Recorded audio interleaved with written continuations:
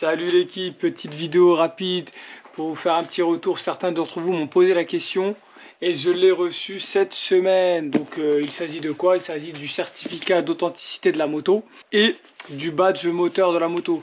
Effectivement, il était convenu à l'ASA de la Truxton de recevoir un certificat d'authenticité signé par le PDG de ces Triumph, ainsi qu'un badge moteur finale édition qui irait avec la moto.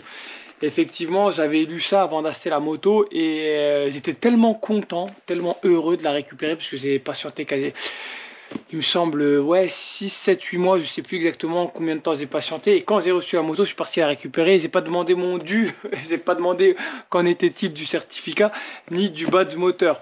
Et un abonné je sais pas s'il est abonné, mais il m'a laissé un commentaire me posant la question. Et entre temps, j'étais en déplacement, j'étais pas à la maison et effectivement, j'en avais rien reçu. Et en revenant de vacances, je suis passé chez mon concessionnaire et il m'a remis le fameux certificat d'authenticité et le fameux badge qui va avec la moto.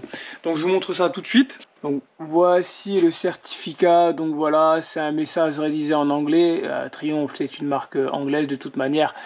Donc voilà, je vais vous masquer quand même le numéro de série de la moto par sécurité. Mais on peut voir le message comme quoi c'est la fin d'une ère, la fin d'une Truxton, d'une moto mythique, tout ça, tout ça, tout ça.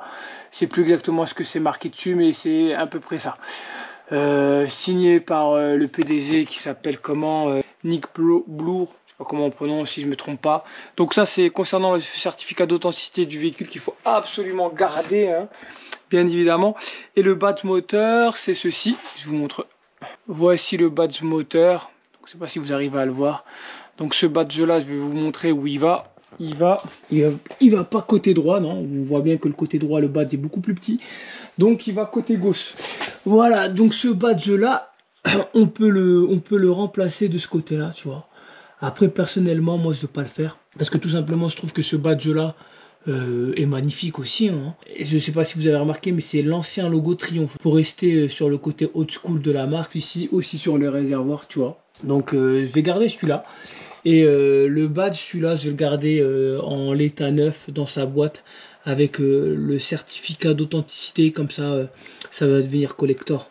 Donc c'est ce que le concessionnaire, il m'a dit de le garder dans sa boîte, tu vois, tout simplement parce que déjà celui-là, il est suffisamment beau.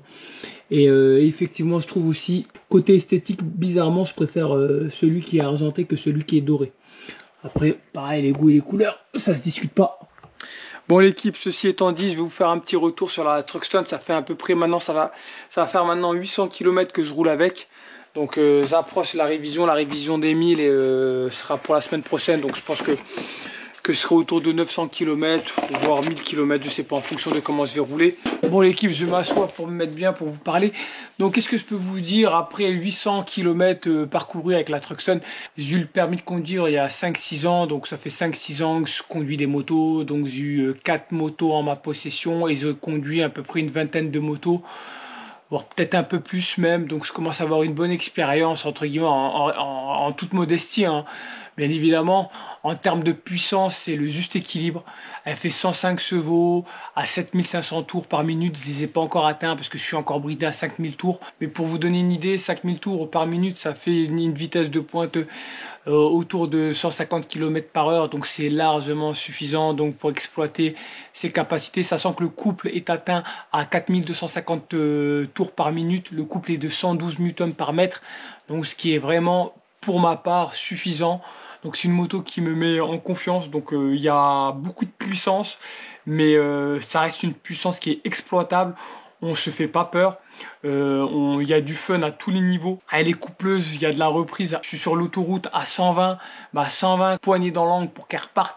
La moto elle est réactive, elle explose. Donc c'est un truc de fou. Que ça soit à bas régime, moyen régime ou haut régime. Quand je dis haut régime, je parle au-delà des 4000 tours, autour de 5000 tours, parce que bon, pour l'instant, j'ai fait que 800 km. Donc, c'est pas recommandé pour moi de dépasser les 5000 tours. Donc, j'évite d'aller aussi haut. Mais de ce que j'ai pu constater depuis, on va dire, 0 tours par minute jusqu'à 5000, autour de 5000 tours par minute, c'est plein à tous les étages. Donc, voilà, c'est plein. J'ai jamais connu ça sur une bécane. Si je fais un parallèle avec, par exemple, une moto qui fait 200 chevaux que j'ai pu tester, la CBR 1000 RRR, d'ailleurs, je vous ai fait un essai. Donc, vous n'avez pas tout filmé sur la vidéo, donc j'avais fait des pointes de vitesse. On sentait que cette moto était beaucoup, surtout en mode sport, était beaucoup trop puissante pour quelqu'un de mon niveau. Donc elle n'était pas du tout faite pour moi. Après, pourquoi pas sur le long terme, pour le fun, pour faire du circuit et pour l'expérience, en posséder une.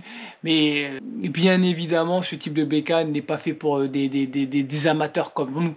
Alors que sur ce type de bécane, bien évidemment, on peut se faire peur, ça peut être dangereux sur la conduite, mais la moto est super bien équilibrée, la puissance est suffisante, j'ai pas besoin de plus, c'est que du fun. La moto en plus est ultra légère, elle fait moins de 200 kg, je crois qu'elle fait 195 kg, tout plein fait. Les freins, c'est des disques, les disques à l'avant sont de 310 mm avec des étriers Brembo 4 pistons, donc ça freine super bien, rien à dire là-dessus. La fourche inversée de 43 mm. Les amortisseurs arrière All-in, c'est que de la qualité, donc la moto est saine. C'est la meilleure moto avec laquelle j'ai roulé, et tout en me procurant ce sentiment de fun et de plaisir et de sécurité aussi, tu vois.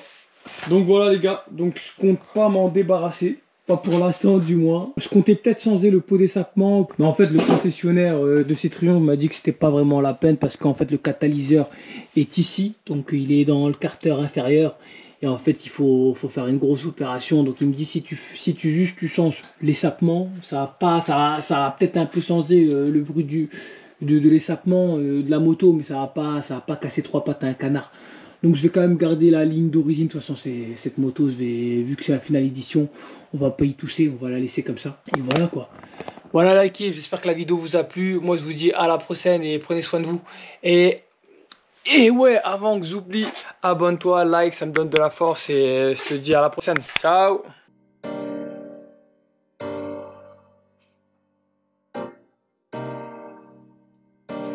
Da vivere, da vivere.